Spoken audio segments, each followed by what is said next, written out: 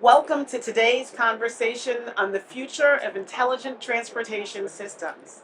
For decades, transportation agencies have invested heavily in roadway surveillance, traffic sensors, and control rooms. These systems gave operators eyes on the road, but the real question now is whether those systems can begin to understand what they're seeing. The transportation industry is entering a major transition. Surveillance is no longer just passive observation, it is becoming part of a much more intelligent, responsive, and software driven infrastructure layer. In this discussion, we will explore what that shift really means, why traditional approaches may be reaching their limits, and when a new generation of AI is beginning to change the way agencies think about safety, congestion, enforcement, operations, and decision making. We'll also look at how Synapse AI is approaching this transformation through Cyroad and why this might represent an important step towards more proactive, scalable, and intelligent roadway management.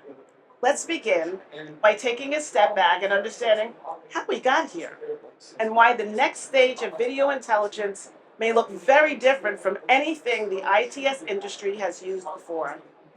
I'm Salika Talbot with the Transportation Channel, and I am joined today by Gadi Paran, U.S. Chief Operating Officer, and Douglas Morandi, Senior Vice President of Market Development, both from Cynapse AI. Gentlemen, thank you for being here. Thank you. Thank you for having us. Let's set the stage for our listeners in plain language. People hear terms like video analytics, vision AI, video intelligence, and now agentic AI. Can you walk us through how video analytics has evolved over the last decade from the first generation of basic rule analytics to vision AI, and now to this third generation of agentic AI?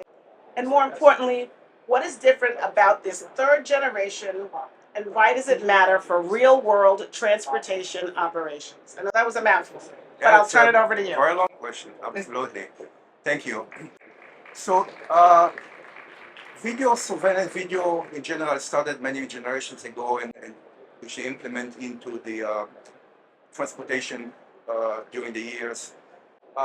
There was an issue at a certain point of time where people need to actually understand or get better understanding of what's going on in the video in order to reduce the amount of time that people spend in front of the video screens. First generation started, I would say, about a little bit over 12 years ago, which was very basic. It was rule-based analytics. When the rule-based, it basically forced the technician or the people to go and set up different scenarios with very, very manual work. Took hours to implement and was not very accurate, which means that you get a lot of false positive events. Later on, that was improved by implementing what's called the basic machine learning technology, which is really a third generation of dual AI as you see today. And over there was some automation that was implemented, which at the end it improved the detection, and you could actually see real scenario. If a vehicle would stop on the side of the road, it would detect it accurately. If someone went across and went against traffic, you will see it. It detected accurately. What it couldn't really do is understand the motion or the scenario that led to something or near miss accident, which is a sequence of your event. For that, you need the agentic AI or the latest generation of AI. And basically, once you understand the motion and the intention, you can actually start to make much better decisions. So that's really how the three generations were evolving over time. Of course, that helped the operators tremendously. So rather than look into a lot of false alarms that eventually nobody really pay attention to, crying wolves doesn't really help. Yeah. When with the Agentic came in, and it's part of the progress right now. It's a whole process of getting to improve the Agentic capabilities of the AI. It creates a scenario where you have reliable positive detections, which mean now the operators can, rather than look at hundreds of cameras, they can actually look at only the events, and those events are real, they happen. So there's no more cry wolf, and people are actually going to pay attention to real event. So that's the progression over time. Well, it's been critical, particularly for all this new technology and new mobility that we have, to be able to not just have a thing recorded, Yeah. but to know exactly what's happening where so that you can respond appropriately. Um, we're not just talking about a smarter camera these days, we're talking about a different category of tools entirely. And what I find compelling about the agentic framing is that it moves us from reactive to proactive, which has enormous implications for agencies, for planning and responding. So I want to bring Douglas in here Mhm. because it's your background that really caught my attention. Your pathway here is unlike probably anyone else in this building. Presidential security detail for the Marine Corps, followed by 2 decades in electronic security and counterterrorism. How does someone with that background end up at an AI video intelligence company and then here at ITS America? Well, that's a good question. Thank you for posing that. So, my career is kind of what the industry calls needs based, which I kind of joke about, meaning that if you think about the industry as a whole, it runs off a needs based architecture, right? So, what does safety and security look like for any given organization, whether that's a government agency, whether that's the Intelligent Transportation Systems of America, ports, you name it. And so, as technology has evolved over time, I've tried to evolve my career as well and kind of follow the trends, follow the things that are emerging, kind of separate the wheat from the chaff, if you will, in technologies that just really aren't up to speed, but kind of embrace things as they come along. And agentic AI and third generation analytics is kind of that next step. Um, it also goes back to, you mentioned in presidential security and some of the early work that I did there. Part of my work where there was a security operations commander, and I had a team of 3 people working under me. And what they did was monitor camera feeds coming in, video feeds coming in real time from a very secure facility.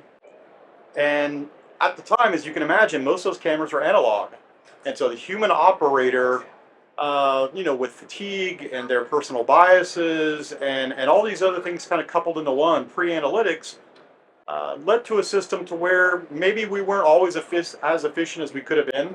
Maybe there was analytics that could have helped us recognize things quicker at certain times than others.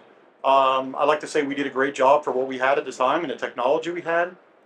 But I look back at those times now and think that that was kind of Stone Age compared to where we are now with third generation analytics, with also having the brains, if you will, of agentic AI kind of pitching in to help us along the way.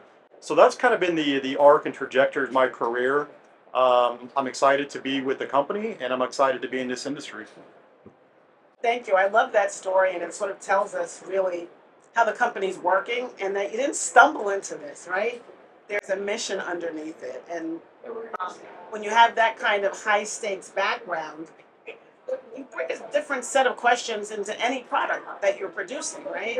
You're not asking what it can do in a demo. You want to know what actually happens when it works or it doesn't work. It Absolutely. shapes everything. So I want to stay with you, Douglas, on the market side. How does the market need for intelligent transportation systems align with your use cases? And how does the company streamline the nation's roadways, making travel safer and creating ease of use for agency users? Well, that's an excellent question, and the best way to explain that is to say, well, first of all, if you look back a bit, surveillance systems of any kind, and especially as you're talking about intelligent transportation systems and the nation's roadways, were developed and designed and implemented and installed with the user based in mind, meaning that people actually going to be observing those cameras in real time. And it was designed with that in mind. It wasn't designed for intelligence gathering. It wasn't necessarily designed for observing things in real time because that's very difficult to do. Again, with getting back to the attention span of a normal human versus the number of cameras you have in a view.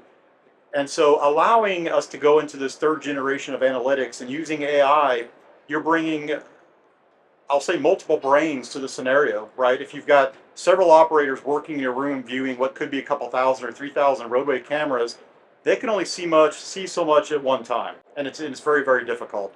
Whereas when you've got the so-called brains of an agentic AI system, they're able to analyze every frame that's coming in, every camera that's coming in, look for anomalies, look for trends and patterns, and see those things in real time, and then of course make recommendations based on that. And if it's a serious incident, you know, we have a system called automated incident detection. And what that allows you to do, let's say there's a traffic accident in real time on the nation's roadways. That's going to get pulled up on a camera. It's going to get recognized immediately by the system. And then within literally a few seconds, there's a report that's self-generated to the right of the screen. Okay. One of the biggest problems that a lot of these humans have is that they'll see the accident, but then they've got to report the accident. They've got to go through a whole series of things, and then they've got to write a formal report about the accident. You know, based on their memory, based on things that they're seeing with their human eyes, and frankly, things that they may leave out as well. Type of vehicle, color of vehicle, all those things that could be pertinent later on. The Agentic AI eyes and brain, if you will, is seeing that in real time, formulating that report that operator can instantly send off to someone via email, can save the file, and refer back to later on. It also matters later on when more operators come in to relieve them, those reports are already done and archived.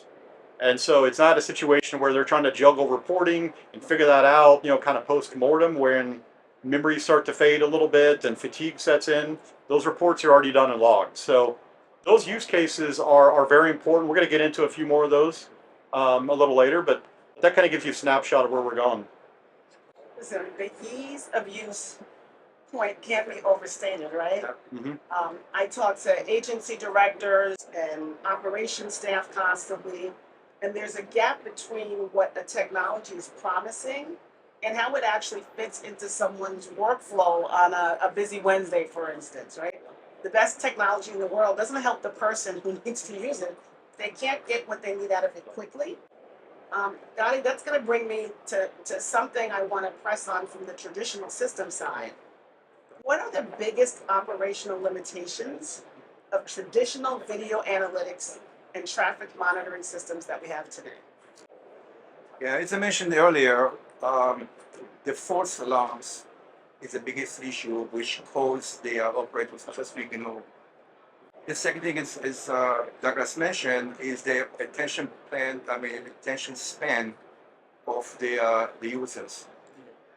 Traditionally, and there was research that done back in the 50s, how much a person can sit in front of the video cameras or the screen, and how many incidents can you capture. And they came to the conclusion, once you have 9 cameras, after about 20 minutes, you can't see anything anymore. Think about picture-in-picture on your TV. Yeah. Can you really watch both of them? Right. Not So- not well. Not well. It's like our vision can capture only 5% of our, or can focus about 5% of our vision. The rest is peripheral vision. So the attention was the biggest issue, and you need technology basically to help you to fix this. Otherwise, basically, things happen, you don't see them. So the limitation is just enormous. And with all the first and second generation technology, it helped a little bit. But I've seen many dozens of customers that implement this technology that after a while just ignore it. Some of the basic analytics are fine. As I mentioned, if a vehicle is stopped by the side of the road, you can detect it, it's there, you can actually see it after a while. But quick events that happen, like speeding or someone swerved around the road or just temporarily went to the other lane and against traffic, people cannot capture them. Now, if the event is gone, that's fine, but you need also to have the evidence and ability to search for it. So the analytic is definitely, or the current analytic, the ability to through AI understand the intention and scenery during the motion, not only statically, is a major advancement in the technology, which is something that just didn't exist. So the infrastructure is there, the cameras are there, the investment happened, and you know what didn't keep pace was the intelligence layer on top of it. In a strange way, that's probably good because it means that agencies aren't starting completely from zero. It's like some base level that they've already built and paid for. The question is sort of what to do with it now. And so, Douglas, I want to take the conversation. Um, every agency in this room, every agency at ITS, when AI enters the picture, does Agentic AI replace transportation operators or does it augment them? I know everybody wants to know the answer to that question. Absolutely. And it's a wonderful question, and it's a question we get a lot. And the short answer is it augments them, right? We're not looking to replace operators at all. We still need that human decision-making capability. This is just another set of eyes, an extra set of eyes on every single frame that's coming in, every single video feed that's coming in, and it's providing operational intelligence that then that human can then discern and make decisions based on. Now, the AI is trained very specifically, right? This is not a general AI platform that you're using on Claude or anything else as far as that goes. This is an AI platform that has been designed specifically by Cynapse.ai to detect anomalies in a roadway surface, to detect accidents, to detect wrong way drivers, and all these other use cases that we can rattle off, and there's 50 plus of them. To then filter that information in real time to these operators, right? So it's making sense of the chaos, if you will. If you think about, and you brought up a good point earlier, and we've been talking about this. If you've got infrastructure of say 1,000, 2,000, 3,000 cameras on a roadway system, all those video feeds can be chaotic if you don't have operational intelligence able to separate, what you should be seeing from what you shouldn't be, and dead space, dead air type of thing, where maybe there's nothing happening on a certain roadway, but there's a lot of activity on another roadway. So yes, it's to simply to augment those operators to allow them better decision making, quicker decision making, and more extra sets of eyes on the road as well. You're not going to replace the operators because instead of dealing with a mess of data they cannot make sense out of, they are going to get focused data and can act on it very quickly. Hopefully, there are going to be a reduction for some incidents, but generally, those operators still need them. They are kind of lost in the amount of data. You get, yeah. I'm sure it's the answer that these agencies want to hear, right? It's a workforce trust question, which is just as important as a technology trust question. If the people in the operation centers don't believe the system is working with them, right? You've lost them. Yeah. But if they think that it is augmenting and in some ways making their jobs easier, Yes. then now they're ready to lock arms. Gotti, I want to get into something specific about a user actually interacting with cyber, because this is where it gets real. For me, it gets very real. The prompt-based interface is a big part of the Yes. pitch that you have. So let's talk about the idea that a transit operator or a highway agency can just type what they're looking for in plain language and the system finds it. How does that hold up in the real world when footage is frankly messy or lighting is bad or the incident was 3 days ago? Good question. So, first of all, let me set the stage for that. We literally look at the video from all the cameras all the time for a very, very long time. So, I separate my answer to two groups. One is the live video, the other one is historical video. Let's start with historical video because it's easier to comprehend. We collect hundreds of thousands of elements from every scenery that we see. Every frame has 20 or 30 different attributes that we collect on a regular basis. So when you go historically to the video, we can actually filter attributes and scenario and bring up Give an example. I want to see all the incidents from the last 21 days of a white car with a broken bumper in the front, okay, that went through specific roadways. That can be done, okay? So how do you do it in an easy way? Because the traditional system had a very complex user interface. We say it's, there's human engineering put into that, but you need a really trained operator to do it. How easy is to use ChatGPT today? Okay? Just ask a question. It's the same concept. You go to our prompt line and say, please show me between these two dates all the vehicle from one camera or group of camera. Just speak to it in normal English. We have a built-in LLM. We have a vector database. We have a VLM, which is a video module that we collect all the data. And when you put a query in, like you go into ChatGPT or Claude or any of those, you will get the answer. But you get the answer in a couple of ways. There's going to be a statistical information that comes in text, but you're going to get some thumbnails that show you those incidents. Each one of them, which is important, is going to get a numerical value of a trust. Because when you look at cars moving in high speed, some of the cars are going to be big, some of them are going to be small. So we need to classify based on your request. We'll classify, give it a value of confidence in that, and that will come to the screen. So now the operator automatically sees thumbnails, and then he can click on each one of them and see the video running of that event, make a decision if it is, and immediately ask to issue a report based on that specific event. Or consider a couple of events and issue a report on that. So the workflow is tremendous. So that's the easy part. That's the easier part to do. The more difficult part to do is actual live video. We have what's called a user-defined event. So the system, on a normal basis, looking for certain event you decide. We have events that are, again, loitering, wrong way driving, stationary vehicle, detection of accidents. Those are predefined events that we have, and we can look into that. But what happens if you have a new scenario on the road and was not there?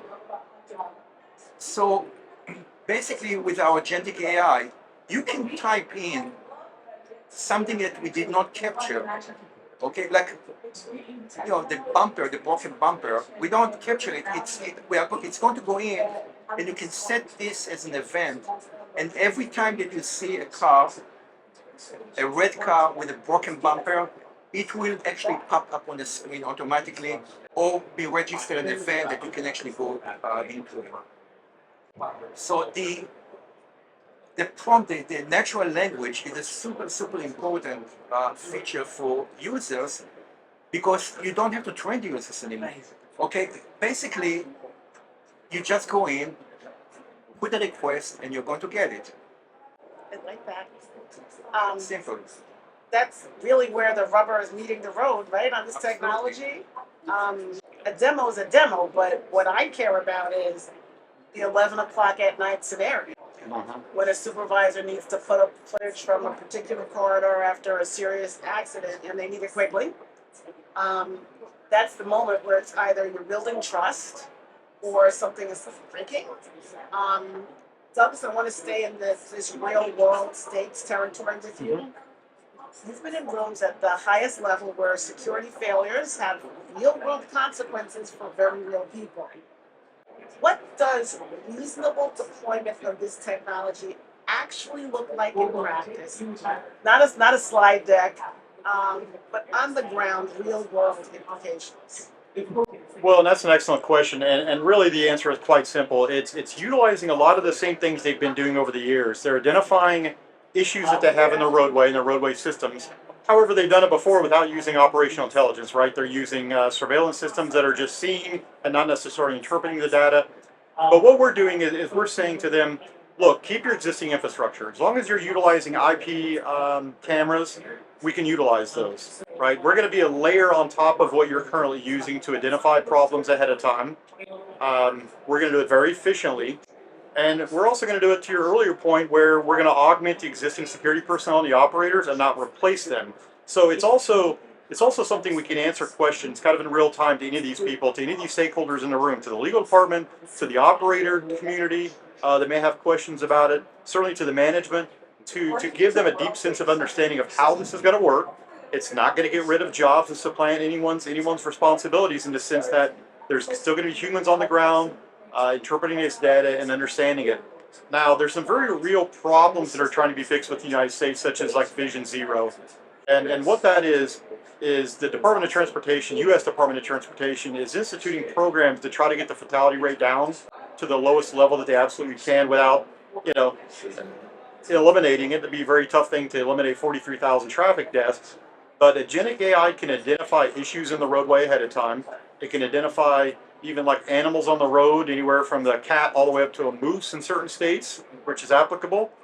Identifying those things in real time very quickly to where, hopefully the animal goes away. If not, you got a responding officer that can shoo the thing off. Identifying traffic accidents and broken down vehicles in real time very quickly. And with those kind of goals-based model of deployment, we can provide them something they can use from day one. It's very easy to use. It's very user-friendly, and we can adapt it for nearly any roadway system in the country. And so with that design-based architecture that we kind of bring to bear, a lot of these DOTs is going to find that very valuable to be able to know that we can adapt this directly for their roadways and for their use cases, as opposed to just a one-size-fits-all out of the box, here it is, take it or don't take it mentality. So I said reasonable deployment, responsible deployment. There are a lot of companies who have some deployment story, Mm-hmm. but do they have a responsible deployment story? Right. That's the difference, I think, matters enormously when we're talking about public infrastructure that affects millions of people. Mm-hmm. Scotty, let's shift to something technically specific that I found really interesting when I was doing my research into cyber. So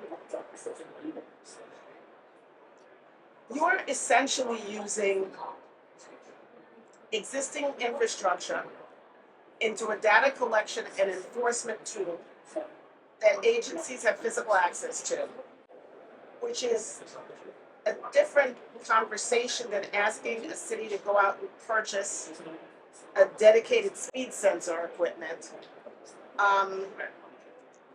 And Douglas, that's also going to feed into, I want to ask you a little bit about modernization. Mm-hmm. But for the side road, AI-based speed measurement using video alone, why is that strategically important? It's another way to measure speed. It's a good question, and there are different aspects for camera-only speed detection. Number one is cost. Okay, I mean you're comparing good quality camera versus more complex system, the infrastructure around that. It's much lower. There's also maintenance issue. Cameras can sit on the pole for years. Maybe they need to be cleaned a little bit every once in a while, like everything else, but generally, there's no calibration, there's no really annual calibration need to be done. As long as the camera points in the same direction, you can see it on the video, you're fine. The maintenance costs, the manpower that need to maintain more complex system. And the single point of failure is another issue. You have more components, every failure bring the system down. If you have a simple system like a camera and the network connection, it's much simpler. But what we discover, which is really interesting, is because AI understands the temporal movement of the frames and the vehicle through the frames, we can actually very accurately detect speed. And the speed that we conducted some interesting tests, and we found out in comparison to a police LiDAR gun. We did a comparison. We were in a plus minus 1 mile per hour on the range of between 30 to 70 mile per hour range, which is really where the speeding occurs, not on the highway, but inside cities. Not only that, we also discovered that our detection of violence is pretty high in comparison to at least the system that we test against. we were in some cases 40% more violation detection, and we in some cases we were over 100%. Yeah, which means double the number of violations. Now, I know that most of the people do not like to hear it. I mean, if we all speed on the road, we don't put it in code. Okay, it's but I guess for municipalities and the operators, it's a revenue that they are looking into. And safety for your road users, right? Exactly, of course. So the safety, of course, the end result is the safety. We all want to reduce fatality, vision zero, and get to the point. So yeah, it's a very important component. Just to illustrate, this is usually we've seen it mainly on your county or local municipalities, not so much on national level or state level DOT.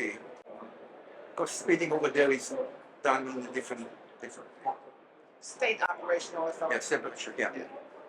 So I was jumping ahead and trying to get into this budgetary conversation, Douglas, but the truth of the matter is what weighs on minds of either at the federal, state, or even local level. Yes. So we see transportation agencies want to modernize operations, but I think a lot of them, right or wrong, feel it may require a complete replacement of their existing infrastructure. Is that the case? It's not the case, and unfortunately, there's been some misunderstandings from the industry about that. They think because they're moving into an agentic AI type of technology and a very advanced software that's more on intelligence versus just viewing, that they're going to have to retrofit their entire existing system, and that's just not the case at all. We're able to utilize all their existing IP camera infrastructure. Now, in certain areas that they want to update certain cameras based on the fact that they're aging, they want to provide an even sharper view based on current camera technology, they're free to do so. But we can use those existing video feeds. We know, and we're very cognizant of the fact, and frankly very appreciative, that roadway systems and DOTs across the country have put a substantial amount of time, effort, thought, and money into their surveillance systems for both safety and security of the roadways. So we appreciate that, and we also respect that. And as people that occupy those freeways as well, we expect that data is going to be coming in and be able to be viewed and interpreted accordingly. And so we're gonna pledge to the community that you can use that existing infrastructure. We're going to work with you to ensure that it's already there, so that whatever capex budget that you used in the past is something to where you can retain that. And you're not going to have any heartburn over that. You're not going to have politicians calling you and wondering why there's a rip and replace model of all the infrastructure coming out. None of that. And again, if someone wants to replace certain cameras, feel free to do so, but we're not going to require that. I think that matters a lot because this rip and replace conversation is a non-starter for Right. many agencies, right? They just can't do it. You got long procurement cycles. Everybody has to do more with less.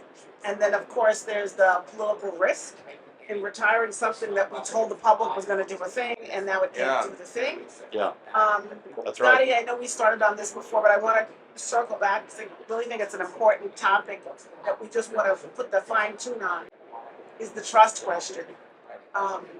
It's the one that I think is the underpinning for everybody, particularly for government agencies. Transportation agencies are very sensitive when it comes to accuracy and operational trust. How do you address those things? So, coming from the technology point of view, we have to make the product very high quality and accurate. We have the ability to adjust the VLMs, which is basically the video learning algorithm, and the entire ecosystem around that to provide the most accurate information.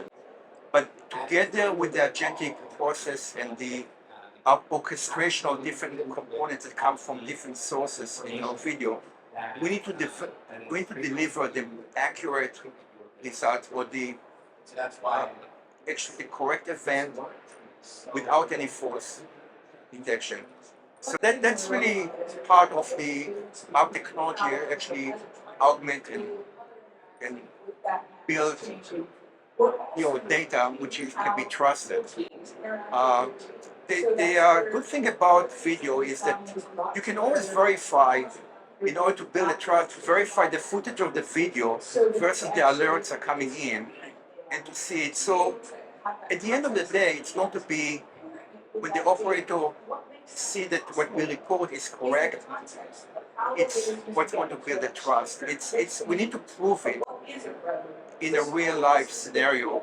I mean, numbers are numbers, they're great, but there's always video to compare. So I would expect agencies that are evaluating the system is to go in, see our data, compare it to a live video. It takes a little bit more time, and over time build a trust that the system does it.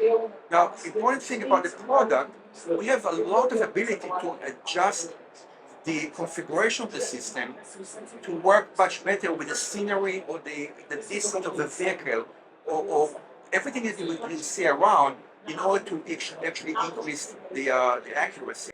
Accuracy is by the vision. So if you have a fog, you have rain, things may change, and therefore we have to adapt to it, but also provide, again, eliminate the false positive alerts that we're sending in, and that's what. And of course, we don't want to miss event. That's another thing. So it's a very interesting balance between giving you the right event, but also not miss events that are important. So again, that's require some adjustment, and over time, the ability of the system to learn and adapt itself is really what makes it, at the end of the day, agentic. And we all striving to get this intelligence into the system that over time will get better and better in understanding, like we humans understand whether it's right or wrong. Um, I say this in the classes that I teach at USC, and I teach classes on transportation technology. Trust is currency.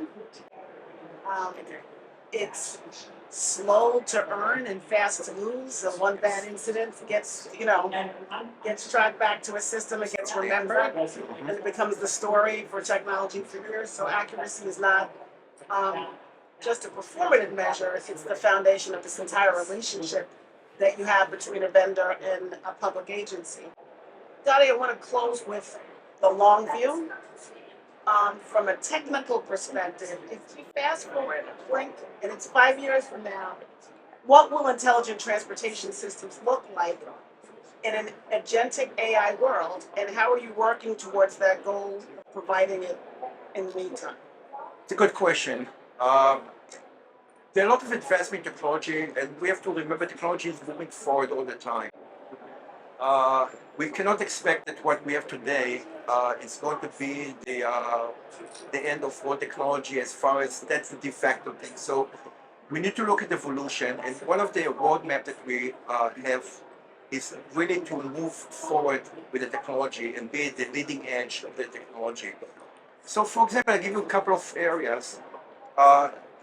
Douglas spoke about non-replacement of cameras, but over time cameras die or they get bad. New cameras are coming out.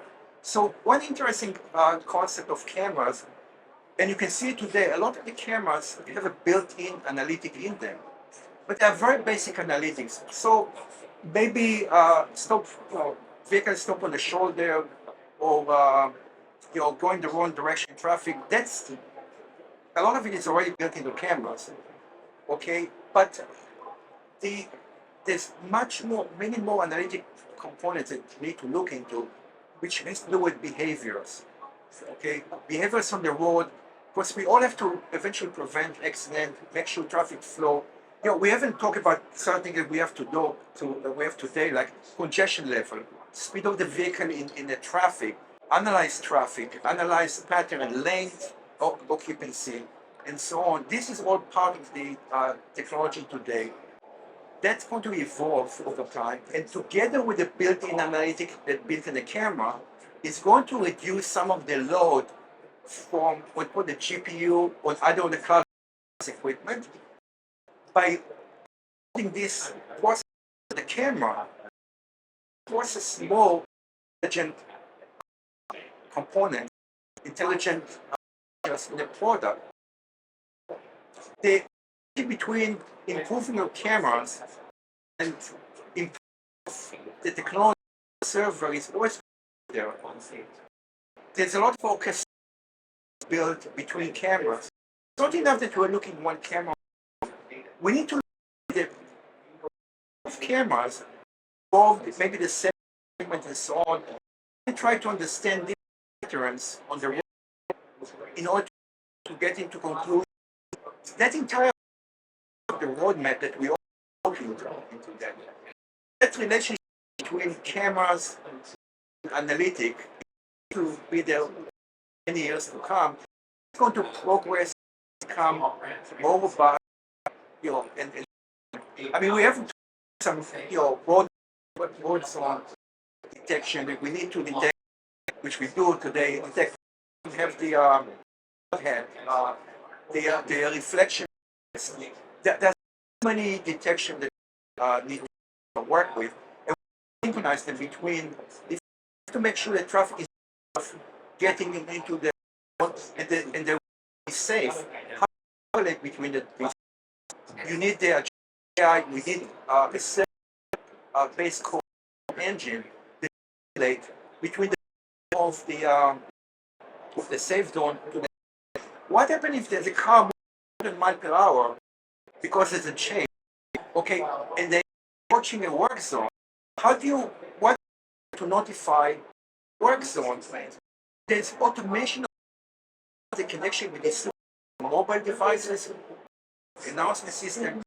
There's a lot of world where this technology is actually going to move. So I'm very excited to be with the company. I'm looking for the next 5 and 10 years as far as the technology evolution. Thank you, Scotty and Douglas. I mean, I learned a lot. I appreciate a real honest perspective on what's happening, both the work that the company's doing when it comes to intelligent infrastructure thinking, but also addressing and understanding these real world scenarios. It's not just a demo, but it's what's happening on the streets. Being here in Detroit to have this conversation feels exactly right. And for everyone watching and listening, you can find them on the floor here at ITS America. Links and more, we'll put them in the show notes. I'm Samika Talbot with the Transportation Channel. Stay curious, stay moving. Thank you.